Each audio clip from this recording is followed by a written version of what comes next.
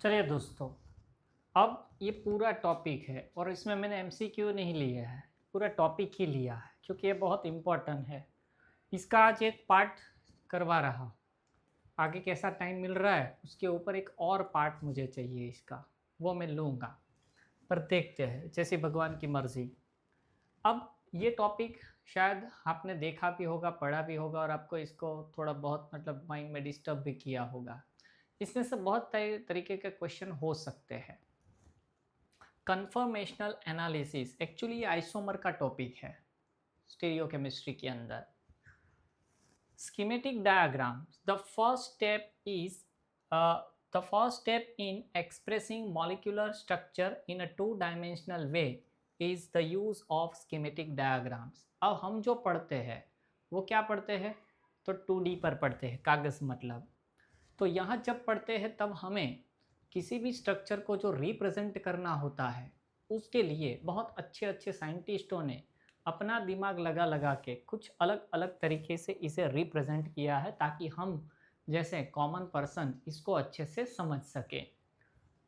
तो schematic diagram क्या है, किसी भी मॉलिक्यूल की 2D स्ट्रक्चर के 2 डायमेंशनल स्ट्रक्चर डायमेंशनल के अंदर उसके रिप्रेजेंटेशन करने का। अब in order to stress the three-dimensional nature, several conventional have been devices.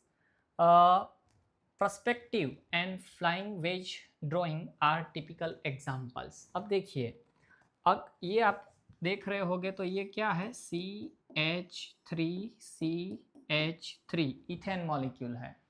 इसमें क्या किया है, 2 कार्बन के बीच में एक सिग्मा बॉन्ड है।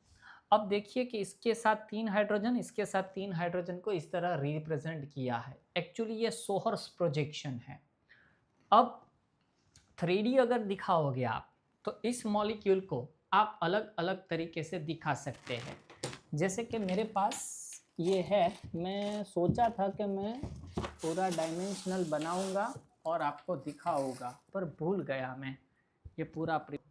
ये एक मेरा बहुत मनपसंदी एक ये कन्फर्मेशनल एनालिसिस, एक्चुअली ये आइसोमर टाइप का है। इसमें मुझे 2 लेक्चर देने हैं पर अभी फ़िलहाल एक दे रहा हूँ, फिर आगे भगवान की मर्ज़ी। Conformational analysis, schematic diagram, the first step in expressing molecular structure in a 2 dimensional way. अब जो हम कागज़ पर पढ़ते हैं उसे 2D कहते हैं और उस पर हम मॉलिक्यूल को रिप्रेजेंट करते हैं। अच्छे अच्छे साइंटिस्टों ने इसको रिप्रेजेंट करने के लिए अलग अलग मेथड्स हमें दी है। ओके, तो स्कीमेटिक डायग्राम यूज़ करके हम 2D पर 3D मॉलिक्यूल को रिप्रेजेंट करते हैं। Drawing molecule structures as they appear to be in order to stress the 3D nature, several conventions have been devised. Perspective and flying wedge drawing are typical example. अब ये जो है वो sawhorse projection है और ये वेज आपने सुना हो तो 3D के मॉलिक्यूल को कैसे रिप्रेजेंट किया जाता है।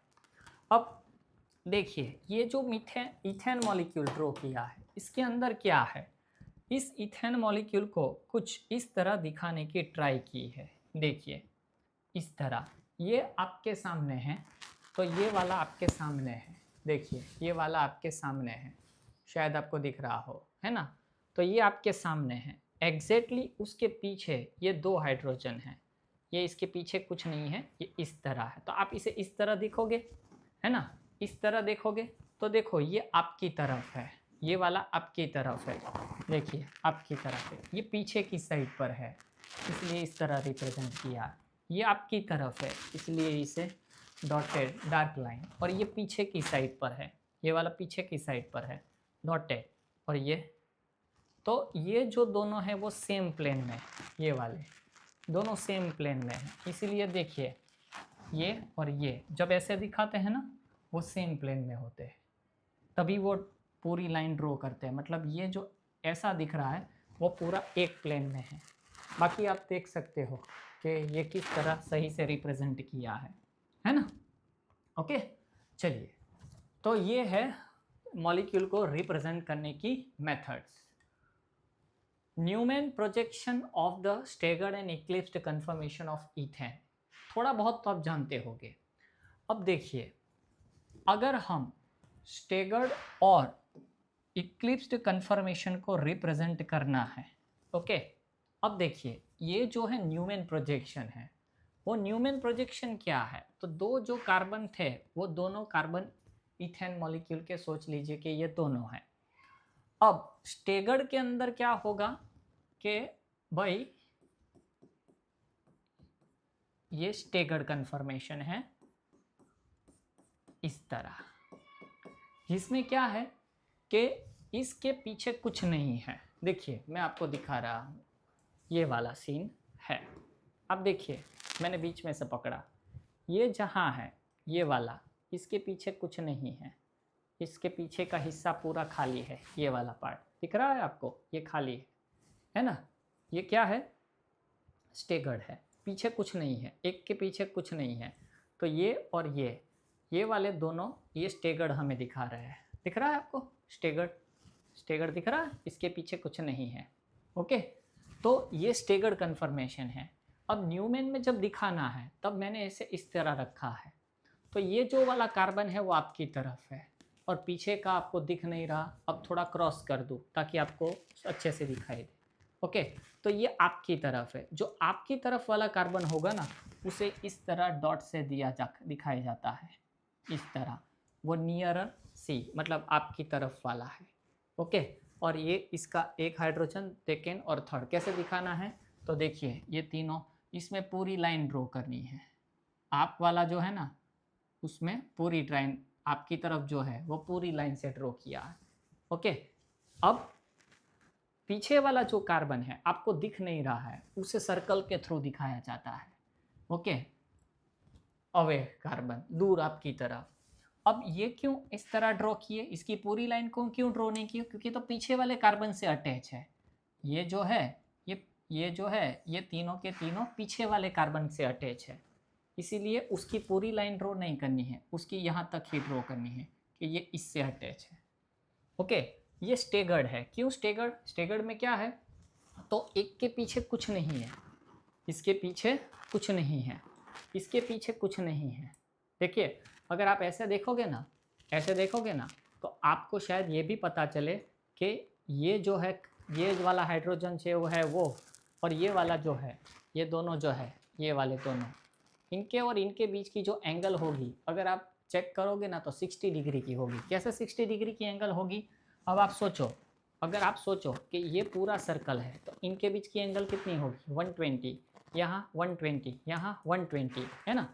अब ये इसके पीछे है, पीछे कुछ नहीं है, मतलब यहाँ बीच से ये दोनों के डिस्टेंस अगर आप नोट करो तो इसको आपको यहाँ ले जाना है। देखो कैसे देखना है, इसके पीछे कुछ, ये वाला जो कार्बन है, ये वाला जो हाइड्रोजन है ना, इसके पीछे एग्जैक्टली कुछ नहीं है, इसके एग्जैक्टली पीछे कुछ नहीं है। तो यहाँ आपको समझ लो, तो इनके बीच में 120 डिग्री की एंगल है, पर इनको आप यहाँ कंसीडर करो तो इनके बीच में कितनी डिग्री की एंगल होगी? 60 डिग्री की एंगल होगी, है ना। तो ये एक दूसरे से अवे है, जबकि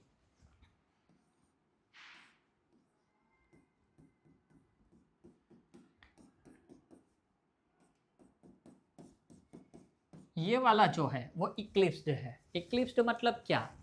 ये वाला सिनारियो देखो, अगर आपको दिखाई दे रहा है, पता नहीं आपको कितना दिखाई दे रहा है। अब देखो एक के पीछे एग्जैक्टली है ना, ये दोनों एक दूसरे के पीछे है, दिखाई दे रहा है। उसी तरह देखो ये एग्जैक्टली इसके पीछे है और ये एग्जैक्टली इसके पीछे है, दिख रहा है। इसे इक्लिप्स्ड कहा जाता है, बैक टू बैक। अब देखिए ये हमारा फ्रंट कार्बन है, तो ये वो वाला हुआ, और इसके 3 हाइड्रोजन इस तरह है। ओके, ये हाइड्रोजन इस तरह है। अब इसके पीछे वाले एग्जैक्टली पीछे है, पीछे वाले एग्जैक्टली पीछे है, पर रिप्रेजेंट करने के टाइम पर अगर पीछे ड्रॉ करोगे तो दिख नहीं सकते, इसलिए थोड़ा हटके यहाँ पर दिखाया है। ये वाला थोड़ा हटके दिखाया है, खिसक गया, थोड़ा खिसक गया नहीं है, एग्जैक्टली एक के पीछे ही एक के पीछे है, पर आम दिखा सके इसलिए थोड़ा पीछे रख के दिखाया। ओके, अब staggered and eclipsed conformation of ethane are not identically energy. Most important line, ethane का जो स्टेगर्ड स्ट्रक्चर्स है, न्यूमेन से दिखाओ या सोहर से दिखाओ, न्यूमेन से दिखाओ या सोहर से दिखाओ। ये कौन सा है? स्टेगर्ड। ये कौन सा है? स्टेगर्ड। और ये कौन सा है? इक्लिप्स्ड है। इन दोनों की एनर्जी सेम नहीं है। अब सेम एनर्जी क्यों नहीं है? एनर्जी सेम नहीं होने की वजह क्या है? अब आप सोचो, ये मॉलिक्यूल इक्लिप्स्ड फॉर्म में है। अगर इक्लिप्स्ड फॉर्म में है तो आप क्या देख सकते हो कि इनके बीच में स्टेरिक हिंड्रेंस होगा। पर आप सोचो कि स्टेगर्ड कर दो। स्टेगर्ड मतलब क्या? एक इसके पीछे कुछ नहीं है तो सेम इसके पीछे भी कुछ नहीं है, इसके पीछे भी कुछ नहीं है, इसके पीछे भी कुछ नहीं है। ये मॉलिक्यूल देखिए, इसके पीछे ब्रेक खाली, सेम इसको पकड़ो तो इसके पीछे खाली, किसी को भी पकड़ो, इसको पकड़ो, इसके पीछे खाली, इसको पकड़ो, इसके पीछे खाली, इसको पकड़ो, इसके पीछे खाली। सेम इसी तरह इसके पीछे खाली, इसके भी पीछे खाली, इसके भी पीछे खाली। तो स्टेगर्ड में क्या होगा कि पीछे की जगह खाली है तो स्टेरिक हिंड्रेंस कम लगेगा, इसीलिए उसकी एनर्जी कम है। आपको मैं कहूँ कि आपको बैठना है तो आप कहाँ बैठोगे? जहाँ स्टेरिक हिंड्रेंस कम होगा। आपको मतलब एक सोफे पर 4 बैठे हैं वहाँ जाके बैठोगे, या एक सोफे पर 2 बैठे हैं वहाँ जाके बैठोगे? स्टेरिक हिंड्रेंस कम चाहिए। तो ये स्टेगर्ड कन्फर्मेशन में क्या है कि हाइड्रोजन हाइड्रोजन के बीच में जगह बहुत ज़्यादा है। इसे टॉर्स्टेन एंगल या डायहेड्रल एंगल भी कहा जाता है। पहले तो आपको ये पता दूँ कि डायहेड्रल एंगल है क्या। अब देखिए, ये दोनों जो ब्लैक है वो कार्बन है।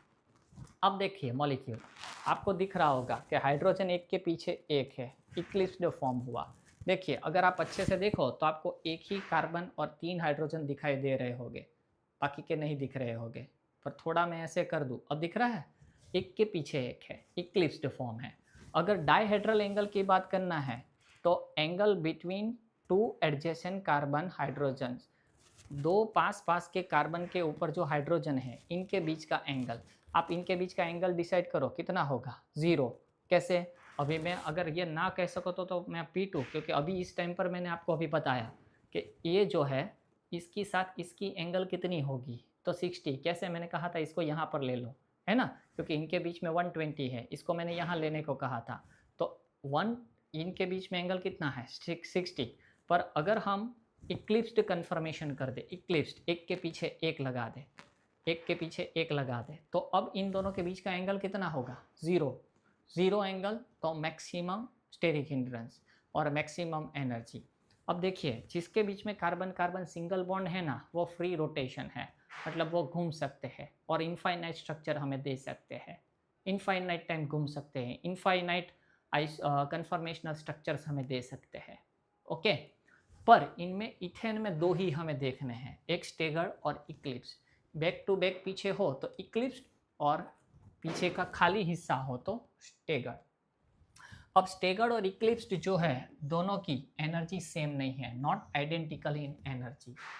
जब ये मॉलिक्यूल इक्लिप्स्ड स्टेगर्ड में है, ये मॉलिक्यूल स्टेगर्ड में है, ओके, और इसे इक्लिप्स्ड में आना है तो इसे एनर्जी लगानी पड़ेगी। कितनी एनर्जी बोल रहे हैं? 12 किलो जूल पर मोल जितनी एनर्जी चाहिए। क्यों? क्योंकि ये स्टेबल है, स्टेबल में से इसे क्या करना है? इक्लिप्स्ड में आना है, तो इसे एनर्जी देनी पड़ेगी। जैसे कि आपको कोई काम पसंद नहीं है और आपको काम बोला जाए, मन से करोगे या फोर्स से करेंगे तब करोगे? The staggered conformation is lower in energy, मतलब वो स्टेबल है, क्योंकि जिसकी एनर्जी कम वो more stable than eclipsed by 12 kilojoule per mole. The value of rotation barrier, मतलब इक्लिप्स्ड में लाने के लिए उसे 12 किलो जूल पर मोल जितनी एनर्जी चाहिए।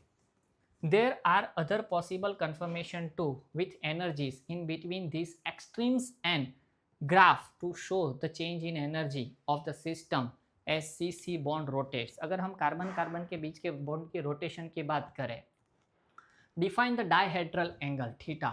थीटा क्या है? अभी मैंने कहा वही कि टॉर्शनल एंगल क्या है? The angle between CH bond at the nearer carbon and the CH bond at the far carbon। मतलब ये जो अभी हमने ड्रॉ किया था, ओके, ये वाला हमने ड्रॉ किया था, तो ये नियरर कार्बन है और ये फार कार्बन है। आप जब यहाँ से देखोगे तब ये आपके करीब है और ये आपसे दूर है, तो करीब वाले कार्बन का हाइड्रोजन और दूर वाले कार्बन के हाइड्रोजन के बीच का जो एंगल है उसे कहा जाता है डायहेड्रल एंगल। इक्लिप्स में कितना होगा 0 और स्टेगर्ड में कितना होगा 60। In the staggered conformation theta is equal to 60 whilst in the eclipsed conformation theta कितना होगा 0। Okay, the energy level diagram show the staggered conformation as a potential energy minimum whilst the eclipsed conformation represent energy maximum। क्यों? क्योंकि वो stable नहीं है। जब staggered को हम एनर्जी देंगे 12 kilojoule per mole of ethane molecule, तब जाके वो इक्लिप्स्ड में कन्वर्ट होगा। This means that the eclipsed conformation is not stable. Eclipsed conformation is not a stable conformation since any slight rotation will lead to the conformation lower in energy। मतलब वो Eclipse में रहना नहीं चाहेगा, वो घूम के वापस किस में आ जाएगा स्टेगर्ड में। The molecule will actually spend the vast majority of its time in a staggered। देखो क्या कह रहा है, कोई भी molecule spend vast majority of its time in staggered, staggered में रहना चाहेगा। नियरली स्टेगर्ड मतलब थोड़ा बहुत थीटा 1-2 हो जाए, एग्जैक्टली 60 ना हो। Only briefly pass through the eclipsed conformation on route to the another staggered conformation. जैसे कि अगर आपको ट्रेन में चढ़ो और पूरी सीट खाली है तो वहाँ बैठना मोस्ट कंफर्टेबल। ट्रेन में चढ़े कोई एक बैठा है, बाकी का पूरा खाली है, तो भी आप एडजस्ट करने के लिए तैयार हो गए, मतलब स्टेगर्ड और नियरली स्टेगर्ड। ओके, चलिए ये अभी हम इथेन की ही बात कर रहे हैं। अब देखिए ये इथेन का मॉलिक्यूल है, देखिए इथेन मॉलिक्यूल ही है, ये कौन सा होगा इक्लिप्स्ड, एक के पीछे एक। ओके, अब देखिए ये मैंने अभी बताया था वही वाला है इक्लिप्स्ड कन्फर्मेशन। ये देखिए, आप देखो इसे बैठ रहा है या नहीं बैठ रहा है, हाँ बैठ रहा है या नहीं बैठ रहा है, आपकी तरफ, आपके पीछे, आपकी तरफ, आपके पीछे, और ये एक प्लेट में है ना, बैठ रहा है। जबकि स्टेगर्ड होगा, ओके स्टेगर्ड होगा तो इस तरह होगा, देखिए है। चलिए अब स्टेगर्ड कन्फर्मेशन की एनर्जी, स्टेगर्ड की कन्फर्मेशन की एनर्जी 0। क्यों इतनी बार किया, ये 3 हाइड्रोजन है तो कितनी बार रोटेशन कर सकते हैं, एक्चुअली तो इनफाइनाइट कर सकते हैं। चलो ये स्टेगर्ड है, ओके ये स्टेगर्ड है, एक बार इक्लिप्स, दूसरी बार, तीसरी बार स्टेगर्ड, चौथी बार इक्लिप्स, स्टेगर्ड, इक्लिप्स। इसीलिए इसने 3 स्टेगर्ड और 3 इक्लिप्स दिए हैं, हम घुमा सकते हैं ना 3 बार इसीलिए। और देखिए अगर हम 0 डिग्री 60 डिग्री की बात करें, स्टेगर्ड डायहेड्रल एंगल 60 होगा तब स्टेगर्ड, फिर 180 पर स्टेगर्ड आएगा, ओके फिर 300। ये पॉसिबिलिटी दिखा रहा है किसी एक हाइड्रोजन को पकड़ के, ओके आप इसे किसी भी तरह रिप्रेजेंट कर सकते हो। और देखिए एनर्जी बैरियर कितना है 12 kilojoule per mole for all eclipsed और 0 for all staggered conformation. But why is the eclipsed conformation higher in energy than the staggered conformation? शायद आगे तक आपने बहुत पढ़ा होगा, देखा होगा, ये नया है कि स्टेगर्ड की एनर्जी कम और इक्लिप्स की एनर्जी हायर। ऐसा क्यों? There are 2 reasons. The first is that electrons in the bonds repel each other and this repulsion is at a maximum when the bonds are align in the eclipsed conformation. Align मतलब क्या, एक के पीछे एक, उसे align बोलते हैं। अब देखिए इक्लिप्स्ड में एक के पीछे एक है तो दोनों जो एक के पीछे एक है वो दोनों फील्ड ऑर्बिटल है, मतलब दोनों में इलेक्ट्रॉन है तो दोनों एक दूसरे को क्या करेंगे, रिपल करेंगे। बट स्टेगर्ड में क्या है कि जो फील्ड ऑर्बिटल है उसके पीछे तो खाली है, पर उसकी साइड पर जो होगी वो एंटी बॉन्डिंग ऑर्बिटल होगी जो वैकेंट होगी। तो इसीलिए क्या होगा कि इनके बीच में रिपल्सन नहीं होगा, और रिपल्सन नहीं होगा इसलिए ये क्या होगा, स्टेबल। देखिए the first is that electrons in the bond ripple each other. अब आप सोचो कि ये है इक्लिप्स्ड कन्फर्मेशन, ओके तो ये वाले जो इलेक्ट्रॉन फील्ड है इसके पीछे वाले इलेक्ट्रॉन फील्ड के साथ रिपल करेंगे।